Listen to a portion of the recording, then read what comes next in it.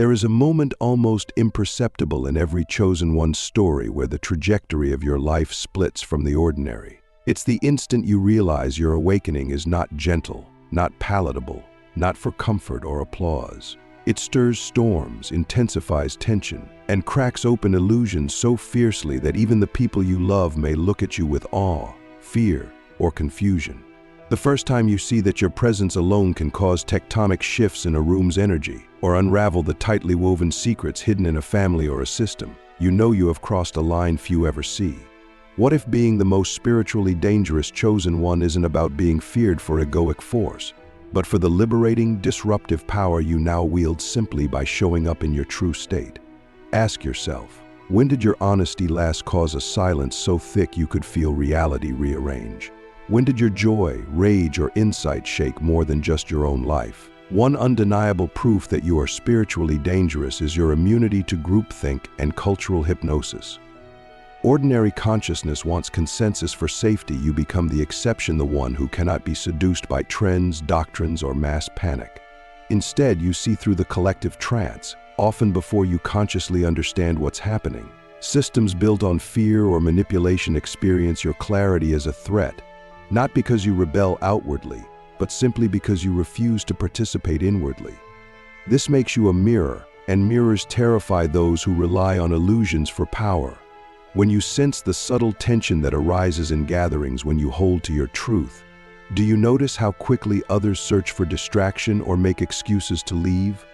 Your presence alone asks people to confront what they've avoided for decades. The second proof is that you have experienced deep catalytic solitude, not isolation for punishment, but solitude that became an alchemical container. At some point you walked alone, perhaps forced by betrayal, loss, or inner crisis, and instead of collapsing, you claimed your exile as sacred space. The most spiritually dangerous chosen ones do not beg for company. Their energy insists that only truth can build a bridge into connection. In solitude, your creativity blooms, your intuition refines, and your boundaries become unbreakable. You emerge with eyes that see beyond the stories others tell themselves. Reflect.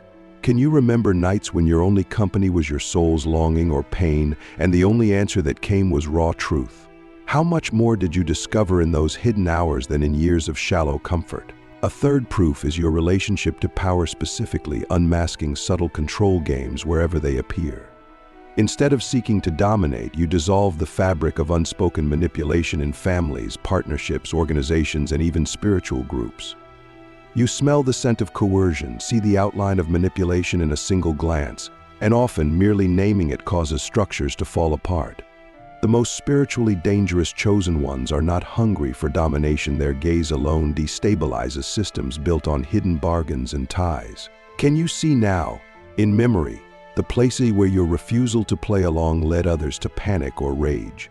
Were you blamed for discomfort simply because you returned the game to sender with a single, undeniable word? Click subscribe to this channel to get more profound insights.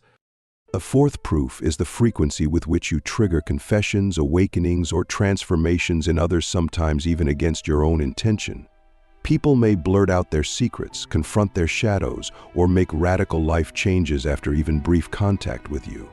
You are a living activation point, and although this magnetism sometimes feels overwhelming, it marks you as an inflection point in the lives you touch. This is not about ego, but responsibility. You know your very being is catalytic.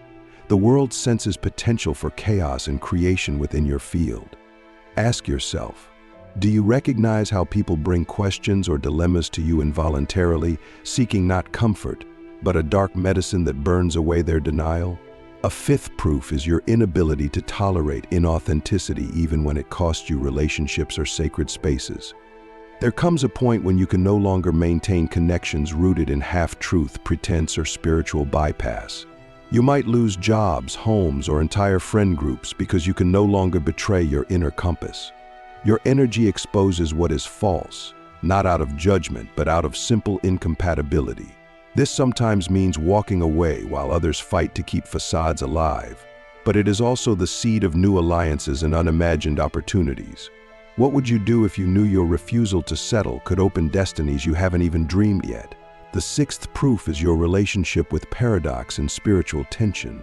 You are no longer seeking comfort in neat answers or easy dualities. You hold contradictions with grace, embodying both the light and the shadow without fleeing from either. This makes you dangerous to orthodoxy, certainty, and all rigid structures, because you refuse to pick a side that collapses the mystery of existence into dogma.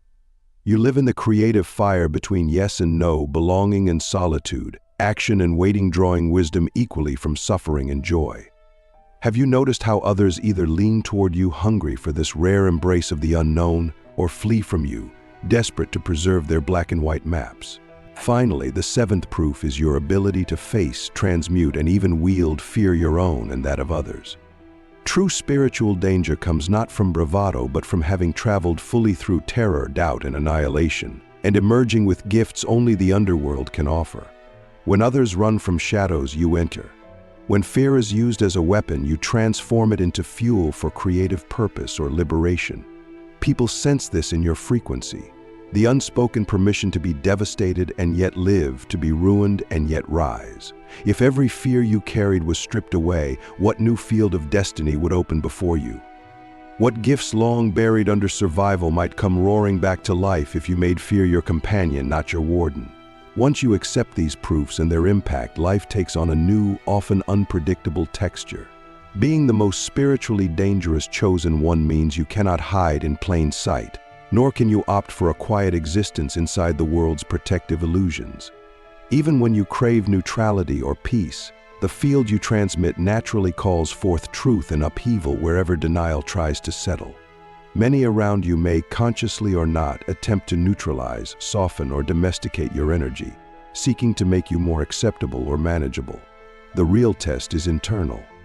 Can you persist in your wilder integrity, still anchored in love and humility, even when others mistake your medicine for poison or your freedom for threat? Are you willing to disappoint others' comfort to offer them a doorway to transformation, even if they resent you for it? It's essential to realize that what makes you spiritually dangerous is not violence or rebellion for its own sake, but your refusal to let collective shadows dictate the limits of your love, your authenticity, or your vision. You aren't influenced by coercion or swayed by the promise of reward or belonging. Instead, you honor the higher law encoded in your spirit, which often stands in opposition to the majority's sleep. This level of autonomy is unsettling to people whose identities are woven from approval, security, or consensus reality. Your presence reminds them that there is another world hovering underneath the surface, one that can only be entered by those willing to pay the price of self-discovery. Consider for a moment. Because you operate outside these old games, you can no longer be bribed or threatened into silence. Your energy destabilizes those who feed on secrecy, control, or emotional labor. When manipulation or emotional guilt is aimed at you, it finds no hook. Your clarity dismantles webs of drama as soon as they approach your field. Even your silence becomes a force. You no longer need to argue, defend, or explain. Sometimes all it takes is a pause, a look, or your absence for the entire plot to unravel. Notice how, over time, people either step up to a new level of authenticity or fade away when your presence no longer supports their self-deception. Living with this role means you will become a lightning rod for projection. People may assign you mythical powers, fear you as a disruptor, or idolize you as a liberator. It's crucial never to believe your own legend. The most spiritually dangerous chosen one understands that power is only safe when rooted in relentless self-awareness and devotion to service. The danger is not in wielding power, but in forgetting that you too are always sharpening, evolving, and learning from the unknown. Ask yourself, can you hold both the awe you inspire and the humility required to keep your shadow in view, never letting power isolate or calcify your heart? Another mark of your rare role is a paradoxical tenderness, a capacity to love others fiercely enough to risk anger, rejection, or even loss for the sake of their actual freedom. You may disrupt toxicity not with anger, but with simple, grounded presence. You expose lies by refusing to repeat them. You model vulnerability not as weakness, but as the only way to embody an untamed, non-negotiable truth. This kind of spiritual danger is an open invitation to the hearts around you. Do you want real liberation, or just soothing? Are you willing to endure discomfort in yourself and in them, to see what can be born if the old stories finally break? In the wake of your journey, you often see profound change ripple out, sometimes invisible, sometimes dramatic. Families shift, teams realign, creative projects ignite, or old wounds are suddenly faced and healed, simply because you entered the spaces yourself. These results are not always comfortable or instant. Sometimes they require faith during stretches of chaos or solitude. But the most spiritually dangerous chosen one trusts that what emerges from realness lasts far longer than what arises from compromise or pretense. Reflect now. Are you ready to stand in the fire your presence calls down, knowing that the ashes contain new seeds for the world? Ultimately, your threat lies not in your ability to destroy, but to reveal what cannot be destroyed, what is timeless, wild, and inviolate within each being you meet. You are proof that true spiritual power is not about domination, obedience, or image, but about the quiet, ferocious willingness to live as a question mark, challenging every system and self that has grown complacent. You leave behind an unmistakable invitation, that any moment, if they risk honesty, wholeness, and relentless love. What would change if you saw every confrontation, every exile, every confrontation, every exile, every rupture as sacred choreography, a sign you are uprooting dead roots, so wild forests can once again grow? As the video closes, let your life itself be the spectacle no one else can replicate. There are no hidden temples, no secret initiations left. Your journey is the holy confrontation, the sacred rupture, the unstoppable force that makes evolution possible.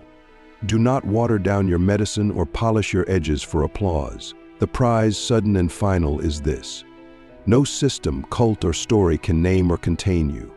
You are the crack in every wall, the wind that bends the path, the living proof that spiritual danger at its highest is simply the raw presence of a soul who remembers why they chose this earthly game.